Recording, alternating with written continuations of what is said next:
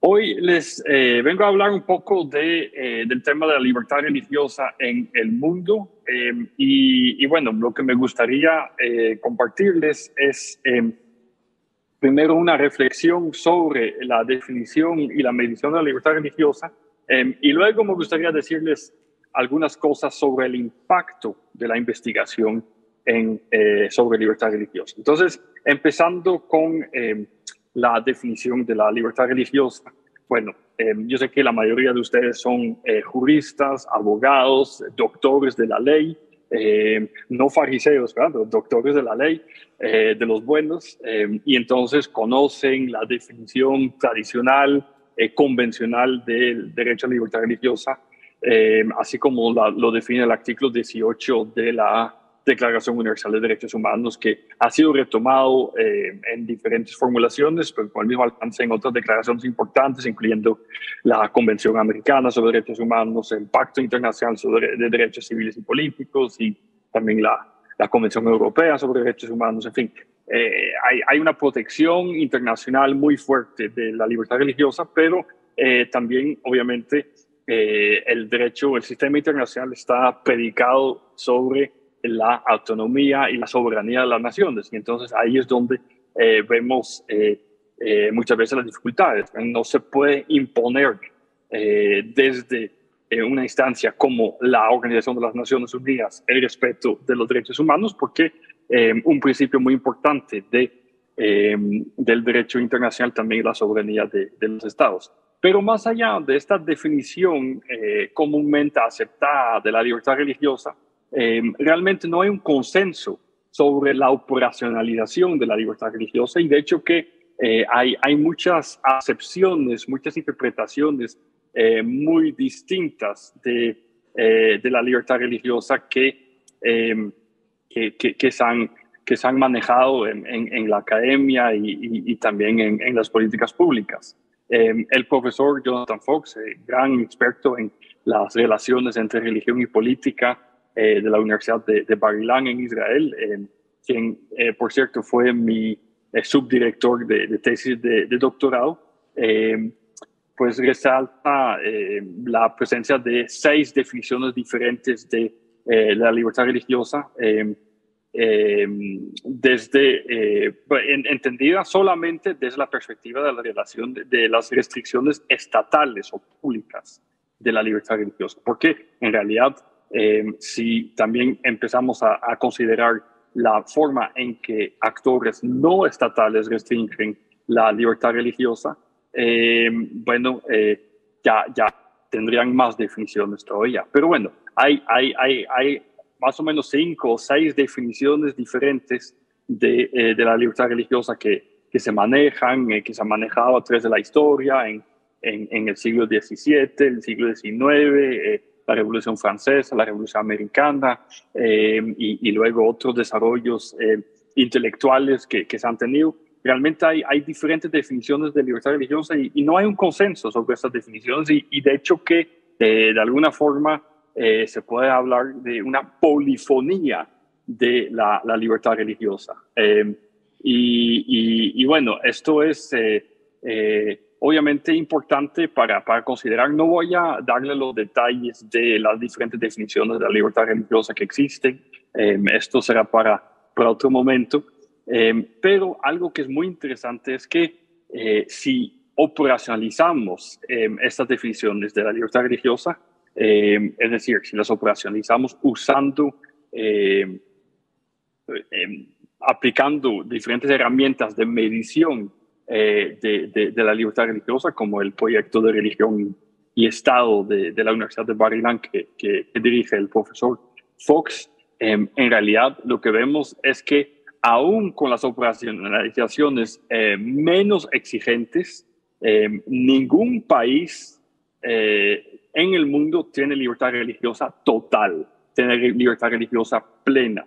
Y ese es un dato muy importante. Muchas veces se tiende a pensar que las violaciones a la libertad religiosa solamente se dan en países conflictivos, en países pobres, en países orientales, en África, en Medio Oriente, en Asia. pero realmente en las democracias más establecidas, más consolidadas, las democracias más antiguas del mundo, en realidad hay limitaciones a la libertad religiosa. Son limitaciones muchas veces muy leves, no estoy hablando, no estoy diciendo que no hay libertad religiosa en las democracias occidentales o latinoamericanas, por ejemplo. Sí la hay, definitivamente que la hay, pero siempre hay cosas que mejorar, ¿verdad? Y entonces esto es lo interesante de observar eso, porque esto nos permite identificar pues las áreas para mejorar. Pero si somos muy exigentes con la operacionalización de cualquiera de las definiciones de la libertad religiosa, pues llegamos a esa conclusión que ni siquiera en las democracias más establecidas hay libertad religiosa. Y entonces,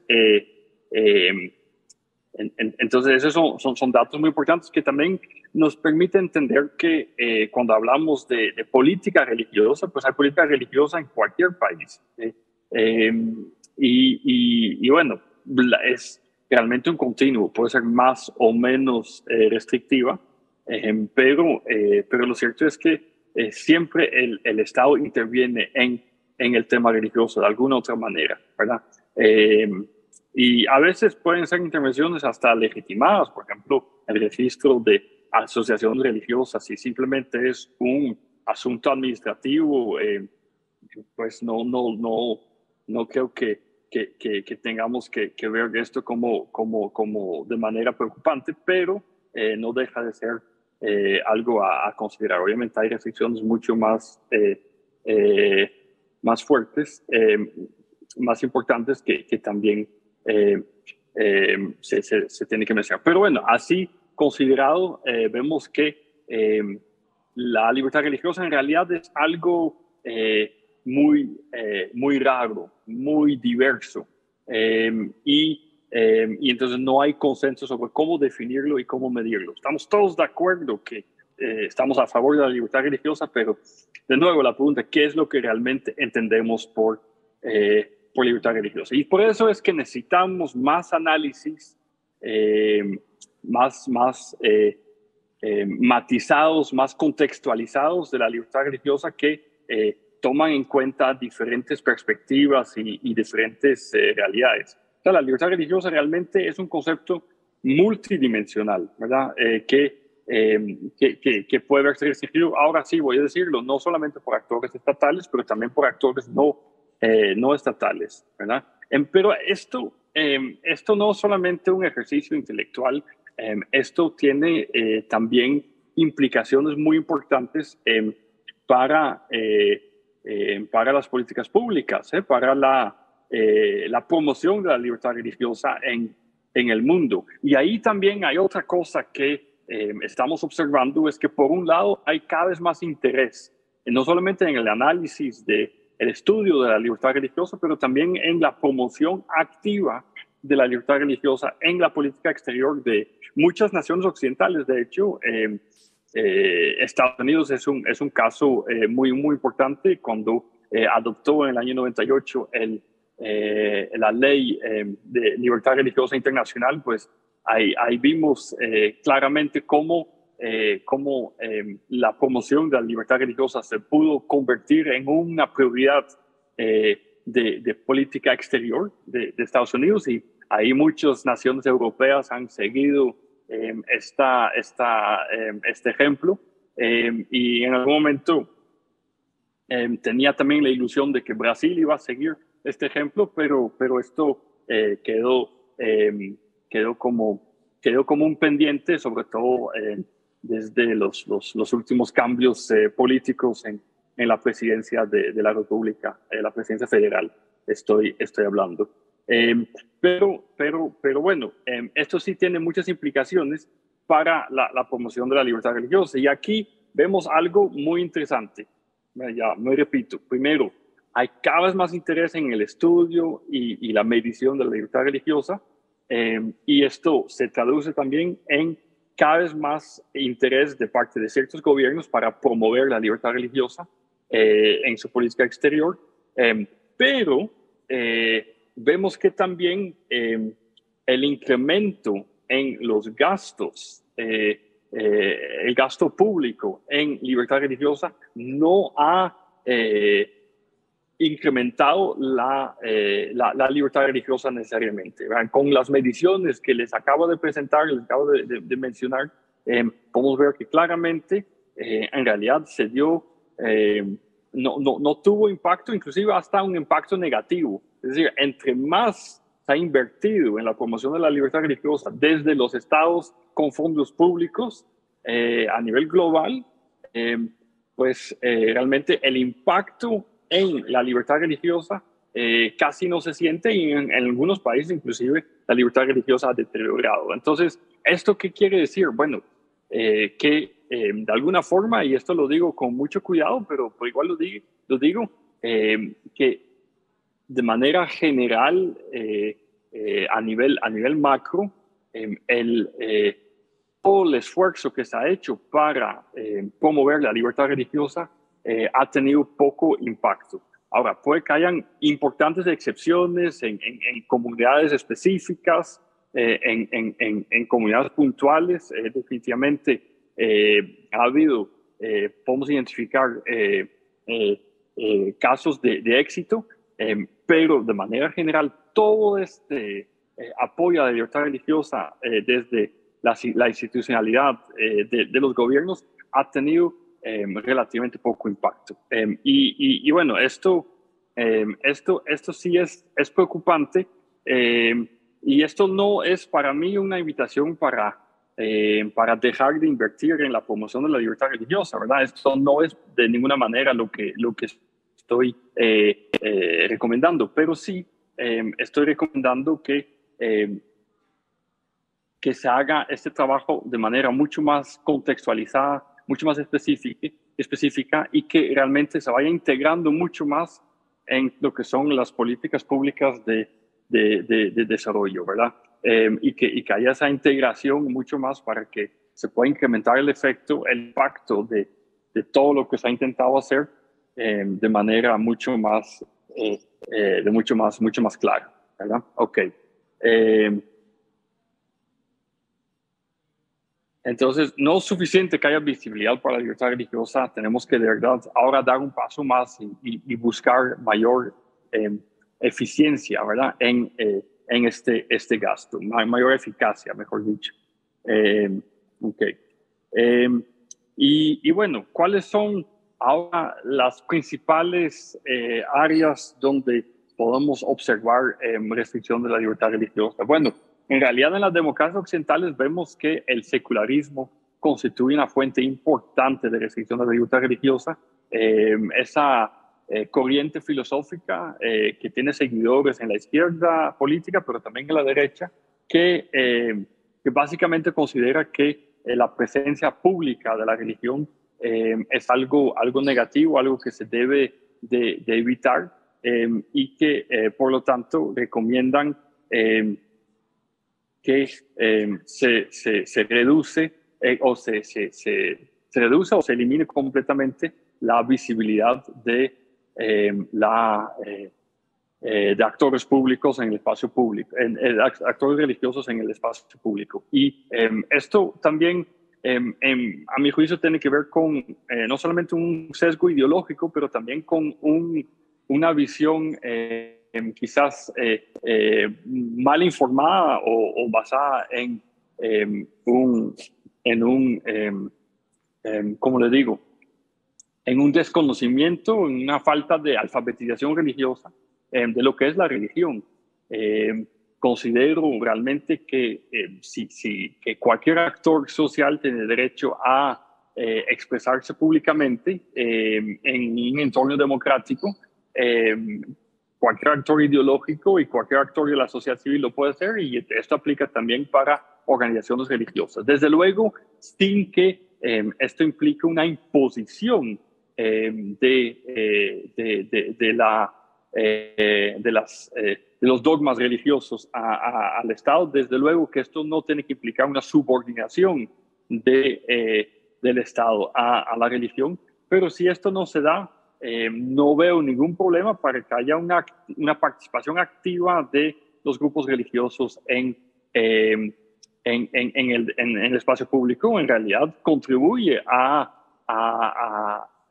enriquecer el debate, contribuye a la calidad de la democracia y de hecho que también es importante, creo yo, capitalizar sobre la contribución que han hecho grupos religiosos desde hace muchos años, muchos siglos, para el desarrollo.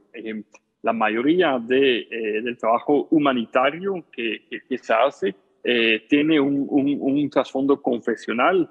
Si vemos las iniciativas en educación, en salud, el trabajo humanitario, el trabajo con refugiados, todas estas áreas, la mayoría de ellas han sido desarrolladas por actores confesionales. Y entonces excluirles el acceso al espacio público es problemático y realmente frena, obstaculiza el desarrollo, ¿verdad? Entonces, bueno, pero es debido a esta visión del secularismo que en realidad tiene connotaciones antirreligiosas que vemos que se ha ido empeorando la situación de la libertad religiosa en democracias occidentales, en particular en Europa. Ahí también ha habido mucha legislación también informada por un temor a la islamización, que al final ha terminado restringiendo la libertad religiosa, no solamente de musulmanes, pero también de cristianos y de todas las confesiones. Y bueno, esto no puede ser y es importante llamar la atención sobre estas cosas. Luego hay algunos puntos calientes de violación de la libertad religiosa fuera de Europa que tal vez son mucho más violentos, ¿verdad? Que tienen otro trasfondo. Uno de ellos es África subsahariana, en particular Nigeria, donde el conflicto sectario entre musulmanes y cristianos ha ido escalando en años recientes y obviamente ahí también se interrelacionan factores políticos, económicos, sociales.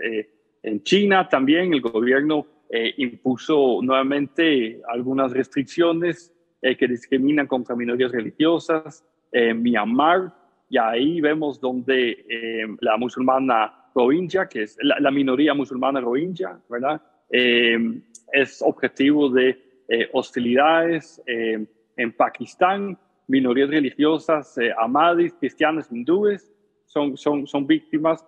Del otro lado de la frontera, en Kashmir, en la India, es al revés, ¿verdad? Ahí los musulmanes sufren mucha discriminación por la mayoría hindú y esto también aplica a cristianos.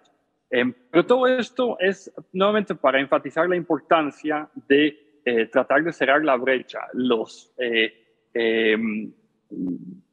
actores políticos tienen que integrar la libertad religiosa en sus esfuerzos de promoción de la democracia y en la agenda más amplia de la promoción de derechos humanos y desarrollar, y esto creo que es lo que nos enseña también el análisis de esta polifonía de la libertad religiosa, desarrollar iniciativas contextualizadas, específicas, ajustadas a los contextos, ¿verdad?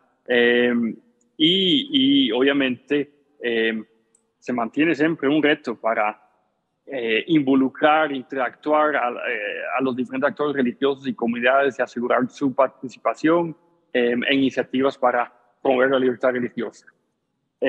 Bueno, me gustaría cerrar diciendo algunas cosas sobre el impacto de la investigación sobre libertad religiosa. Después de todo, soy el director de un think tank sobre libertad religiosa y me gustaría hablar de ese impacto a 3 niveles. Y con esto me gustaría cerrar este espacio. Gracias por su atención, como siempre.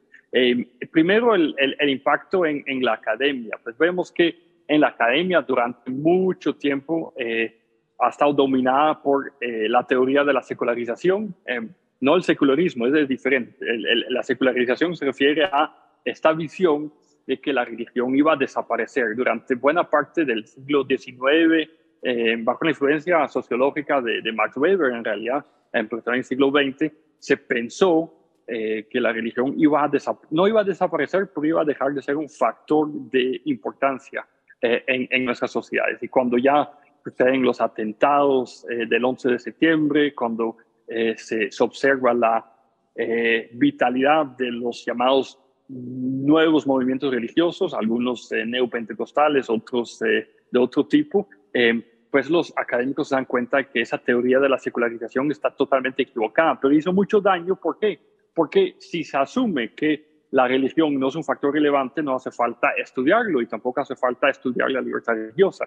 Y entonces por eso durante mucho tiempo no se documentaba el estado de la libertad religiosa en el mundo y no sabíamos lo que sucedía. Esto empieza a cambiar en los años 90, en los años 2000, 2010 y primero en organizaciones convencionales de nuevo y luego en la academia y también en organizaciones públicas se empiezan a desarrollar diferentes herramientas de medición de la libertad religiosa, herramientas bastante sofisticadas, bastante elaboradas, cada vez más sofisticadas de hecho, y esto nos ayuda realmente a tener un panorama mucho más completo del estado de la libertad religiosa en el momento. Ahí está obviamente la lista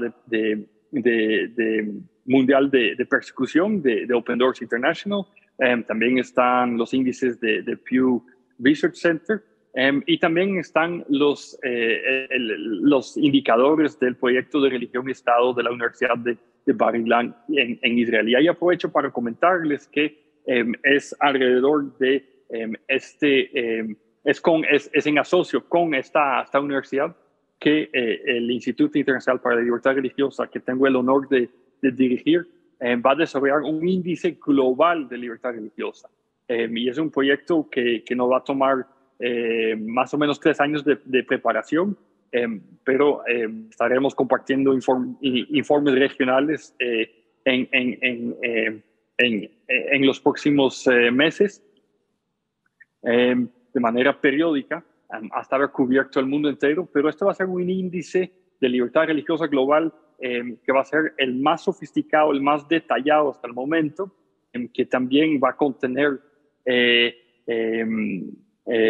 información sobre las diferentes minorías religiosas que son víctimas de discriminación religiosa. Entonces va a ser la herramienta más avanzada de medición de la libertad religiosa, tanto por actores estatales como por actores no estatales, en una gran cantidad de dimensiones. Vamos a medir muchas variables, más de 200, 300, entre 200 y 300 variables, y para el mundo entero. Entonces esto va a ser una herramienta muy importante y así estamos avanzando en el estudio de la libertad religiosa. Y en paralelo, también el Instituto Internacional para la Libertad Religiosa va a lanzar una base de datos de incidentes violentos de discriminación religiosa basada en la sistematización de reportes en los medios de comunicación para la escala global. Ya lo tenemos para América Latina y para Nigeria, pero ahora lo vamos a ampliar al resto del mundo. Y bueno, les anuncio esto porque en noviembre haremos el lanzamiento de esta base de datos a nivel global. ¿Ok? Bueno, esto en cuanto al impacto de la investigación sobre libertad religiosa en la academia misma. En cuanto al impacto de la investigación sobre la libertad religiosa en el mundo político, me gustaría resaltar 2 iniciativas importantísimas. La primera es la Ley de Libertad Religiosa Internacional en Estados Unidos, que se adoptó en el año 1998, que ya mencioné, que transforma a la libertad religiosa en un eje prioritario de política exterior y sigue siendo un ejemplo a seguir para muchos países.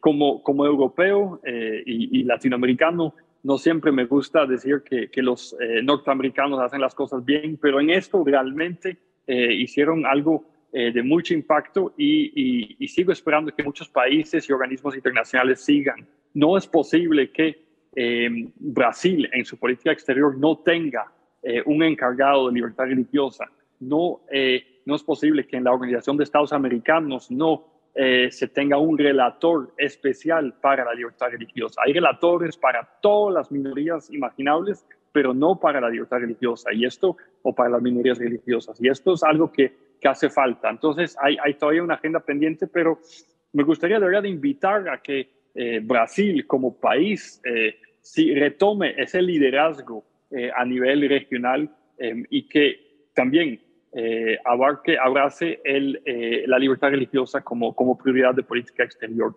Eh, y de hecho, durante la presidencia de Michel Temer, hubo algunos avances en ese sentido, pero hace falta que se haga más, ¿verdad? Bueno, esto es a nivel de política exterior, pero a nivel de política nacional me gustaría resaltar la política pública integral de libertad religiosa que decretó el Ministerio del Interior de la República de Colombia en el año 2017, si mal no recuerdo. Y esta es una iniciativa sumamente importante porque transforma a la libertad religiosa en un eje transversal de política pública, invita a los gobiernos locales, pero también a las diferentes divisiones del gobierno colombiano a interesarse por la libertad religiosa, a instaurar mecanismos de diálogo interreligioso. Y esta es una iniciativa que ha dado muchísimo fruto y es una iniciativa que realmente me gustaría saludar y resaltar y que perfectamente se puede replicar a nivel local, a nivel estatal y a nivel federal en muchos países del mundo.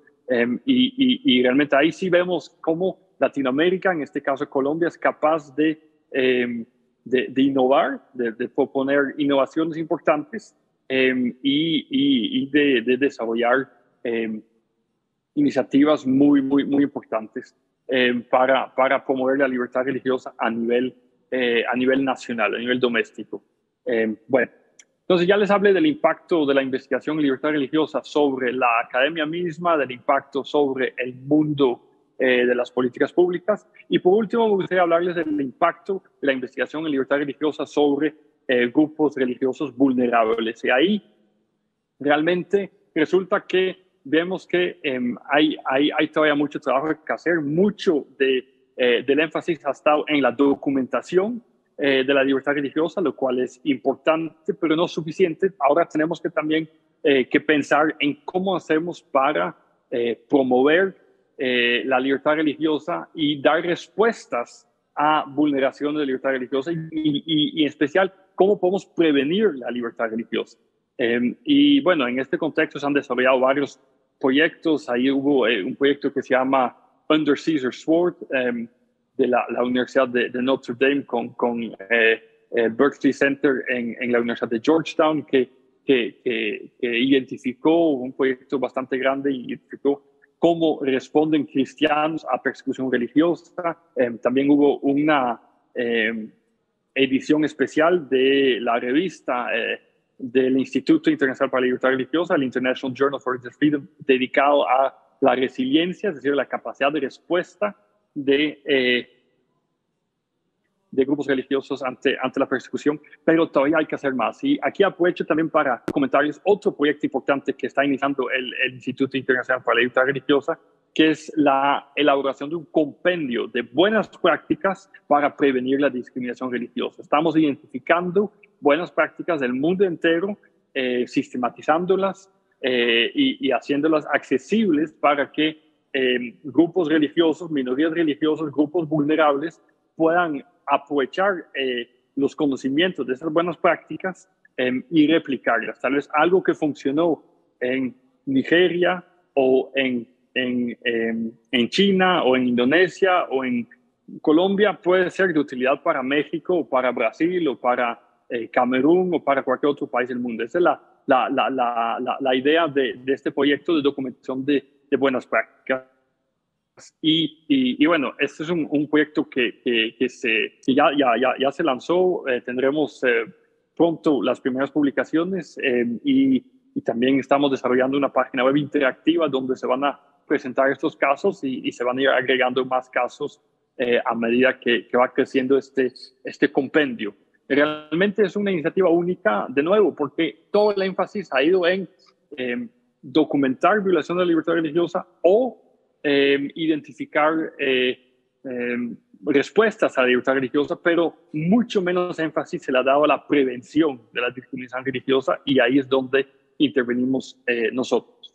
Bueno, aquí con esto me gustaría terminar. Les hablé de las dificultades para conceptualizar la libertad religiosa, la polifonía de este concepto multidimensional, y el hallazgo tal vez un poco inesperado que ningún país en el mundo tiene libertad religiosa completa, y que por ende hay mucho trabajo para hacer. En los países occidentales, en las democracias establecidas, hay que combatir el secularismo, claramente, que también está haciendo, tiene una presencia en países en vías de desarrollo, pero también hay otros puntos calientes de violación de la libertad religiosa que les mencioné: Nigeria, China,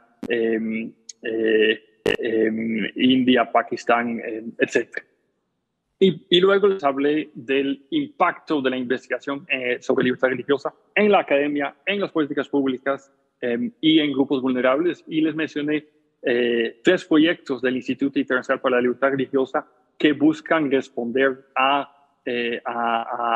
esta necesidad e incrementar el impacto realmente de la investigación sobre libertad religiosa. Bueno, con esto me despido. Agradezco nuevamente a los organizadores de este evento, agradezco a Nayuri por haberme invitado. Les deseo mucho éxito, muchos años más y mucho impacto para la libertad religiosa. Dios les bendiga, ha sido un placer, y espero que pronto nos podamos encontrar en Brasil. Aquí me despido, estoy a sus órdenes. Bendiciones.